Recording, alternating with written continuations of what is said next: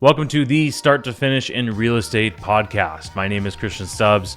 I am a team leader and owner of a real estate team named Onyx Homes based in Southern California. And this podcast is going to be geared more towards team leaders, broker owners, and honestly, people that are looking at the real estate industry as a business as opposed to more of a job. So if you watch any of my content before, I make a lot of agent-facing content. I make a lot of content for real estate agents. Honestly, a lot of it is what I wish I would have learned ahead of time. A lot of it is to help build our business, both consumer-facing and agent-facing. But this podcast is going to be our content that is really for talking about business.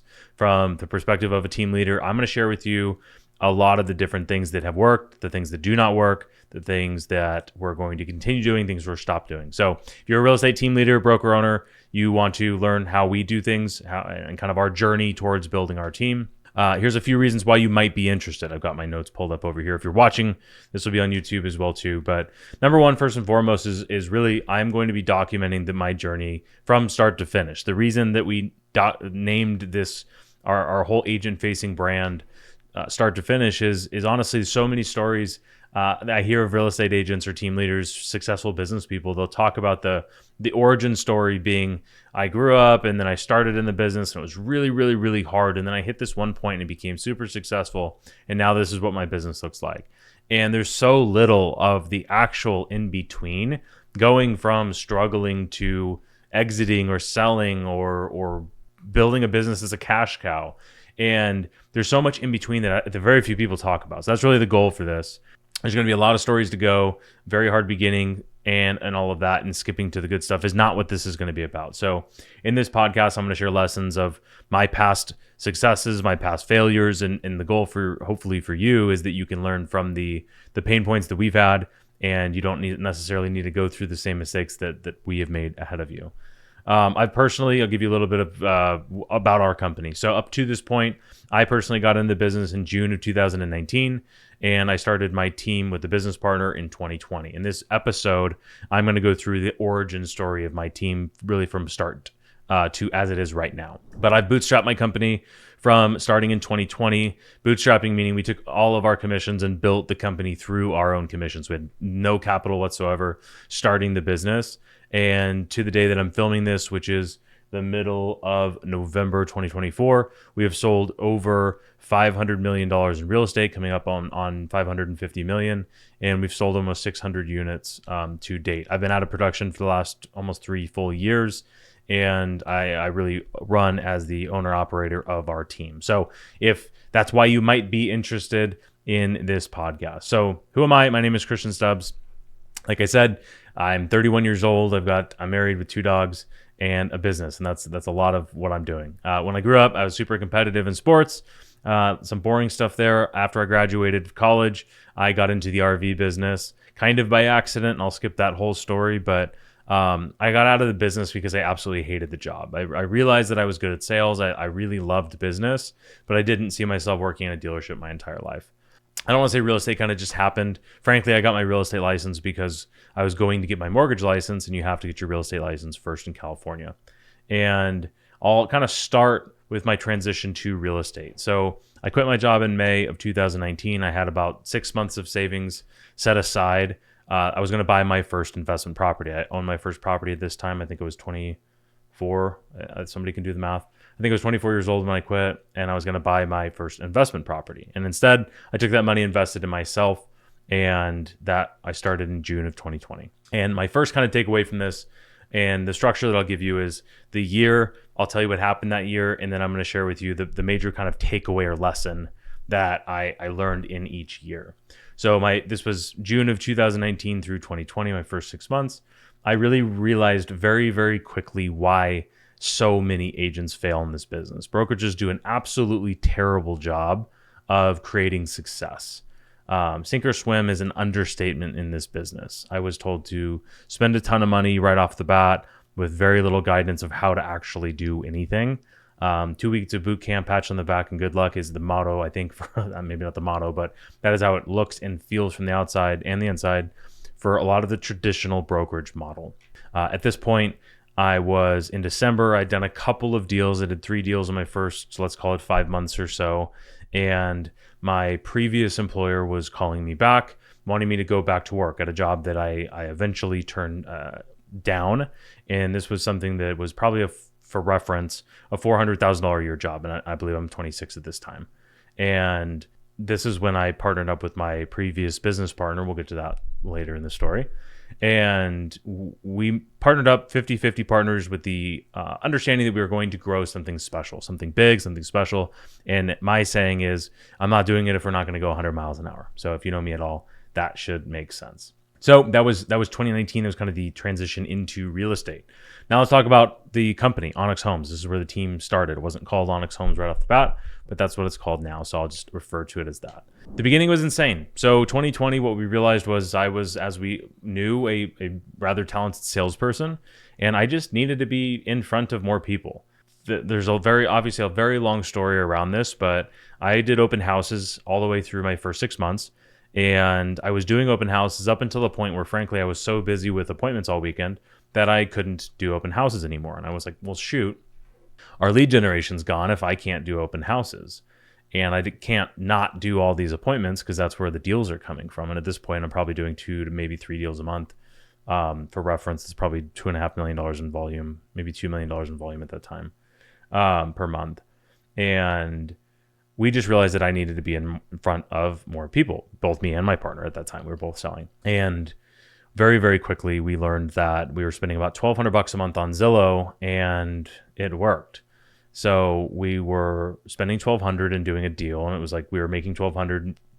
We were spending $1,200, making $25,000, and I just asked, like, can we do more of this? And this was me being 5 months, 6 months into the business, not really knowing very much in hindsight, like how crazy. But we did more of it, and went from $1,200 to $2,500, and then instead of doing 1 deal a month, we did 2, and then went from $2,500, we spent $5,000, and then we added a third deal, and we went from $5,000 to $10,000 to $15,000 to $25,000, and then we bought everything that was available in the local market. And I would have spent $100,000 a month if I could have, because it just, frankly, it worked, and we were converting the leads at a very high rate. The math made sense, and why not just dump gas on something that works? We also added in Google pay-per-click through a service provider, and we were spending about $10,000 a month on there, and we started building our systems, right? This was 2020. Obviously, we had the pandemic. It was the hottest real estate market in the history of the world. I personally was working about 100 hours a week at this time, and I worked from the second that I woke up, went to the office, and worked until I couldn't work anymore. From 8 a.m. till 8 p.m., I was a salesperson, and before and after that, I was building a business. I never slept at the office, but I honestly wish that I would have at least once, just to have a picture. I thought that would have been awesome. So the outcome was 74 deals for $54 million in volume. I was about half of that. I was about a third of that, let's say. I believe I closed 24 deals my first year. I don't remember the volume off the top of my head. And we were in business. That was the outcome. And the lesson was, when something works, dump gas on it. This is probably foreshadowing. Year number 2. So this is 2021. This was a year of very, very hard lessons. This was a very painful year. So while it was, again, probably the best, this was probably the best year in the history of the real estate market. It was a year of hard lessons. So we were in full growth mode with one major problem. We didn't have a clear plan. If you watch any of my content now, I talk about vision at length because of this. This is a lesson I learned, thankfully, in the second year of my real estate career, is we had absolutely no idea why we were doing what we were doing. We were just growing for the sake of growing because other people told us to. There was not a lot of clear direction as far as what we wanted to build. It was just, hey, other people are doing these things, let's just do them. So this was where we hired both a ton of admin. We had a huge payroll. We hired a ton of agents as well too, and we didn't manage any of them, the agents or the employees. It was very wild. End of the year, having to fire almost everybody. I'll never forget the moment of sitting down with my business partner and asking, how much money do you have in your bank account? And that weekend, I had to wire $50,000 from my personal account into the business account just to make payroll. And we fired multiple, I don't remember how many people, but we fired probably 4 or 5 people that day. And it was like very humbling of like, wow, we just did, and I'll share the outcome here in a second. But I personally sold I probably sold $30 million that year, maybe closer to 40. And made no money, and we were just losing money like crazy. It was a very, very hard year. We did a lot of things people told us to do, but not know why, and certainly didn't understand the business. So I was still working, 80, 90, 100 hours a week at this point. And overall outcome for 2021 sounds cool. We did 130 deals for $111 million in volume. But the lessons that business is really hard. And if the financial model does not work, does not matter how hard you work, it will not work. That was the lesson from 2021. Now, 2022 was a huge leap. So this was the year that I completely jumped out of sales. So as you could probably imagine, at the end of 2021, with all that pain, this was when, while I was probably let's just say the best salesperson at the company, we realized that I really needed to be running the business, and I didn't have time to do both. So I stepped completely out of sales, at least intentionally selling anything, in 2022, and really in December of 21 when we fired everybody, we made that change. This is the year that I heard from Tasha, a mentor and a great friend of mine, Tom Ferry coach, and she said, "Christian, you're turning a big ship and it's going to take time," which is a quote that really, really stuck with me. 2022 was the year we actually implemented standards and then held to them, which was amazing. It made a big difference in the company. So we implemented standards, and basically what we said to our current we had about 45 agents at that time.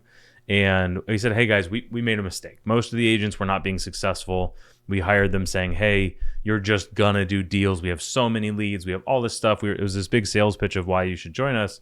And the reality was it attracted a bunch of people that just didn't want to work. So when we implemented these standards, from the 45 agents we had, all but 12 left. And honestly, we only had to fire one. The 34 people I think that's the math, of the 34 people that left, those were the ones that needed to leave, and we were left with our core 12 agents, which a lot of those are still with us today. 2022 was a good year, but going from 45 agents to 12, we did a little bit less volume, as you could probably imagine. We did 101 deals for $97 million of volume.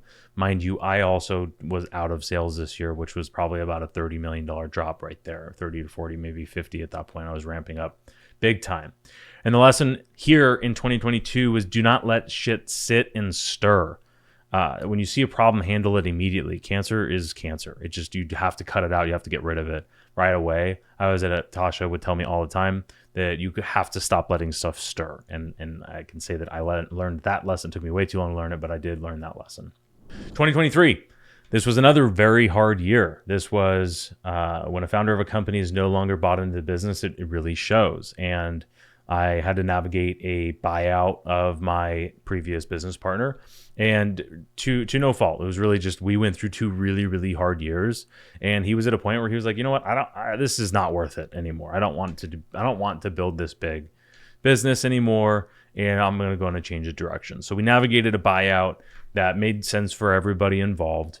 And honestly, navigating that while trying to not go out of business, while trying to fix the business, was the hardest thing that I've ever personally done.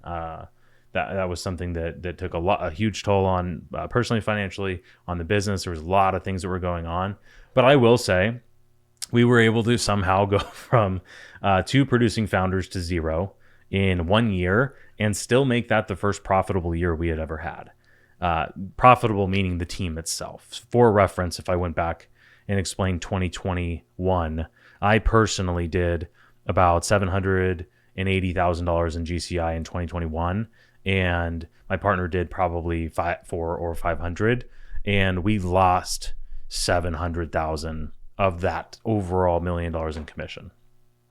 So the team was negative while our production was bootstrapping, as I mentioned earlier, the team. So the outcome for 2023 was 144 transactions for 134 million in volume. Yay, our best year ever. We broke the record from 2021, and we finished the year with a 5% profit margin. So not a whole lot to write home about, but profiting when the previous couple of years were a loss was huge, especially with me outside of production. And the lesson here is, this is a big one, is regardless of the industry, you have to learn how to run a business. Business principles are required for success. Running a business. You can be very successful. I was a good salesperson. I was not a good business person. I knew how to grow, and I had absolutely no idea how to run a business that financially made sense. And this 2023 was really the year that I learned those lessons. Now, 2024, which is where we're at now, is the lesson, or not the lesson, but the theme of the year has been simplify and focus. I mentioned foreshadowing earlier. This has been probably the most boring year of my business career.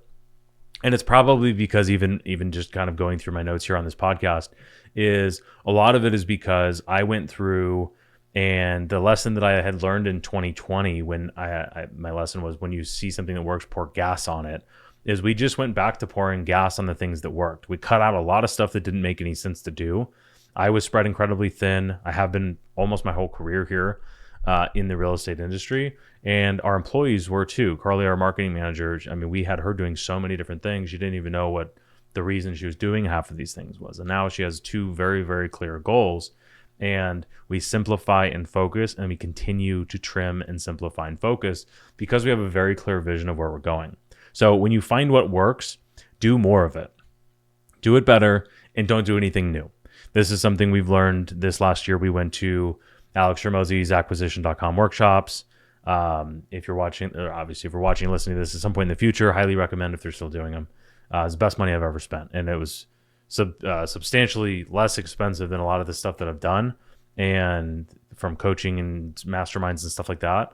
And it was by far the best thing I could have learned, is learning better how to run a business. But their big motto is do more of it, do more of what works. And then if you can't do any more of it, do it better. And the reality is, I'm speaking to you as a team leader. If any of what I've said resonates, do more of what already works. You probably don't even need to think about doing anything better. You probably just need to do more of it. And I promise you don't need to do anything new.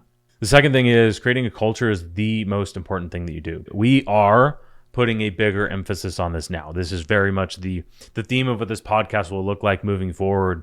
Is I've just talked a lot about the history of how we've gotten to this point, but the major focus that we're on right now is we're doing more of what already works, and the things that we're already doing that works, and I don't even think we're working on better yet. We're just doing more of what works. The second thing is this culture. The culture is talked about a lot, and I think it's talked about, honestly, incorrectly a lot of times.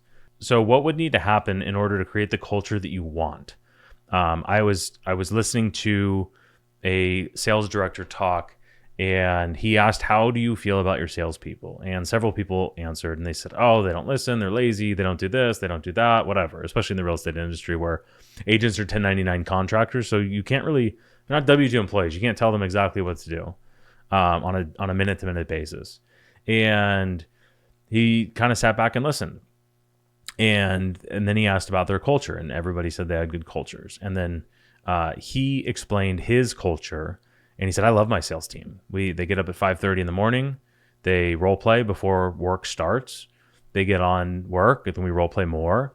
And when a lead comes in, we respond within 30 seconds or within 5 minutes. When we're closing, we watch our game tape, we watch our recordings, and they just do everything that they're supposed to do. And that was a culture of the company. So after he explained what his culture looked like, he asked everybody else again, what does your culture look like in comparison? And then no wonder nobody was happy with their sales teams. So that is a small subset of culture in a sales organization, but this is bigger picture as well too. This is something we are incredibly focused on, is what is the culture that we want to build? Not the culture we have. What is the culture that we want to build? And what would need to happen to get to that culture? And then constantly working towards that and constantly reinforcing. So this is kind of the notes that I have here is, what would it look like? How would everyone act? Find people that would act like that, and then hire around the principles and the vision. So crystal clear clarity around the mission and vision of the company is huge. Ours, personally, this is something we found this year, I should say finalized this year, is to create the new standard for real estate teams. I very, very much so mean that. I think the bigger picture is to create a new standard for brokerages. And I think we are doing that here with Onyx Homes, and it's going to take time, but that's the vision that we're going to. And honestly, most agents fail because they're juggling too many things. Our mission is to allow agents to grow a real business from start to finish. Pun absolutely intended there. At Onyx Homes, we have a proven process that leads to a clear path to success, filled with opportunities and support. This allows our agents to focus on what they got into the business to do, which is to sell. So that is the vision and mission of our company here, Onyx Homes. This is like the episode 1, the origin story, and this is what brings us to our current day. So what I'm currently struggling with is deciding if something is a opportunity or a distraction is probably the thing that I spend the most of my brain space on right now. So we're going to talk through this in future episodes. That's a wrap for today. This is, like I said, the origin story of Onyx Homes. This is an introduction to me, Christian Stubbs, if you haven't already. If you want the closest look possible at our community and or I should say what we're building, the closest look outside of following on socials, which you can find me wherever, is to join the community that we're building out to really share the most, I'll say, in-depth content. So if you want to check that out, go to onyxhomes.com, onyxhomes.com/school, SKOOL. And you can join that community for free there. Also, if you enjoyed this and like this stuff, go ahead and like, subscribe, whatever. If you really, really liked it, sharing it with a friend would be huge. And I make this content because honestly, I wish I would have learned a lot of these lessons. You could probably hear in this episode there was some honestly very, very painful things I wish I didn't have to go through. And honestly, I feel like I didn't have to go through them if I just would have had that one piece of advice or a couple pieces of advice earlier in my career. But anyway, that's a wrap. This is the origin story, episode 1. That is 1 down, at least 1 more to go until we're done.